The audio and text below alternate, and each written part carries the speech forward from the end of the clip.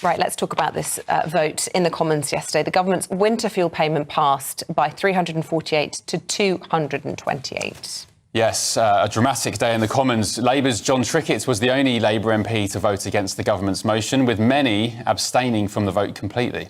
Well, the director of Age UK, Caroline Abrahams, believes the winter will be a deeply challenging one for millions of pensioners. So, what do you think this morning? Were MPs right to vote for a cut to the winter fuel payment for pensioners?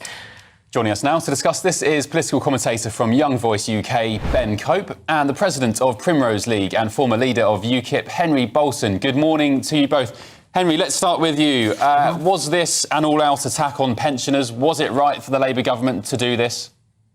No, it wasn't right at all, Ben, in my view. First off, there's the practical impact on pensioners. And, this is obviously going to hit them in the pocket. The government has made all sorts of sort of mitigating statements, such as the triple lock increase will mean that actually it offsets the reduction in the winter fuel allowance, which is absolute tosh, because actually the purpose of the triple lock is to maintain pensions, with the minimum working or the sort of average or the minimum working salary and with inflation. But of course, then if you take the winter fuel allowance away from that, you're actually not matching inflation. So that's number one. Number two, is the fact that this is going to have a massive impact on people's mental health. I think the government just simply doesn't grasp the stress and the anxiety that the sort of complexity of these sort of things causes some elderly people. I think it's an outrageous move that they've made. But in addition to that, the Labour government repeatedly indicated to the British nation that it would not do this. And one of the first things it does in power is to actually do it. And then we've got Labour MPs, including 11 members of the cabinet, who are themselves drawing thousands of pounds to cover their fuel costs. On every level, this is a cruel, inhumane and immoral step that the government has taken. I'm not a Labour fan, as you can tell. I'm becoming less so by the day. But even this has shocked me. The lack of sensitivity, empathy and morals, and in fact honesty that's been applied to this is shocking. What about those pensioners, though, frankly? People like Carol Vorderman, who actually, funnily enough, shares your views on this. She says in 2 years' time she would have been eligible for this. She didn't need that £300 handout from the government. They have to cut corners where they can. We're in a terrible financial situation. What about compromising it and making it taxable, for example, rather than means testing it if it's so expensive?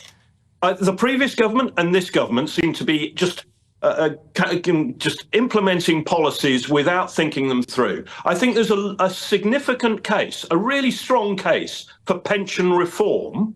However, to just simply go off and deal with the winter fuel allowance, as it is simply, it's one element that's going to have a major impact on some people. And frankly, it's a lack of strategic acumen, planning and thinking amongst politicians and obviously the civil servants who are advising them. I'm just going to bring Ben Cope in. Ben, Labour's own research from a few years back said that 4,000 or up to 4,000 pensioners would die if this winter fuel allowance was scrapped. So why did Sir Keir Starmer plough on ahead regardless?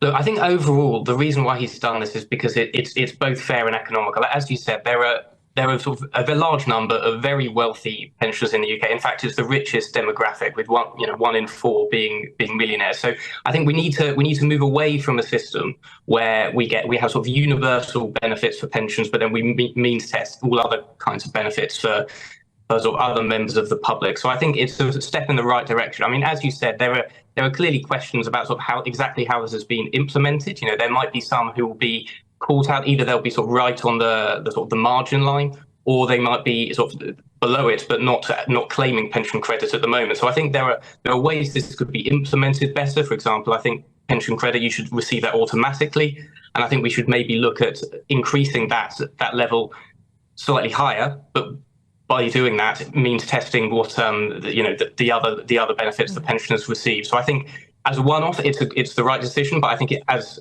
we've been talking about, it needs to be part of a broader package to make sure there is enough support. I suppose there is a question, Henry, about whether or not there is a mandate for this. I mean, you talked about it not being in the manifesto, but also there's lots of talk about how, you know, they've got so many more seats in Parliament than their vote share, and then they're coming through. One of the first things that they're doing is bringing in a policy that wasn't even there. You know, could this be, and Ben was talking earlier on the programme about the Liberal Democrats sort of betraying students. Will this be one of those moments that might define Keir Starmer's tenure in Downing Street even? I think it already has. This is not going to go away. Pensioners aren't going to forgive him for this. And it's not going to be forgotten. I'm quite sure of that. And in fact, you know, when the Conservative Party gets its act together, I'm sure that the opposition, when it comes to the next general election, is going to make absolutely maximum benefit politically out of this. They're going to remind the nation of what the government did in its first step. But the other thing is this bizarre idea that this is necessary to stop the economy crashing because the Conservatives left a black hole of 22 billion. It's the Prime Minister's choice to do this, him and the Chancellor, as it's their choice to spend 11.6 billion on sending 11.6 billion to other countries to deal with climate change, as it's their choice, was their choice, to raise public sector pay by the cost of 9 billion. There's your 22 billion there, Prime Minister. This was your choice. And so the dishonesty that has packaged this compounds the actual practical effect that this is going to have on pensioners. No, it's not going to be forgotten. And yes, I think this has set the tone that he's not going to be able to escape from. OK, Ben, last word to you. Whether you think this is the right decision or not, can you appreciate the argument that politically it maybe seems a little bit naive when, as Henry said, we're sending billions to Africa for climate aid. They've just given train drivers and doctors billions of pounds worth of public sector pay rises. Do you think politically and strategically this, wasn't executed very well? Yeah, I would agree with that. Even though as I've set out, I think we do need to start means testing pension benefits.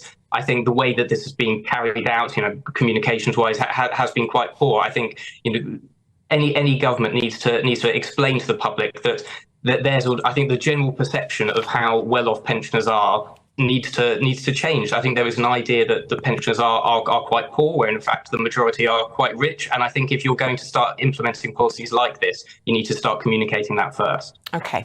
Henry Bolton, Ben Cope, thank you both for debating that this morning for us. We appreciate it.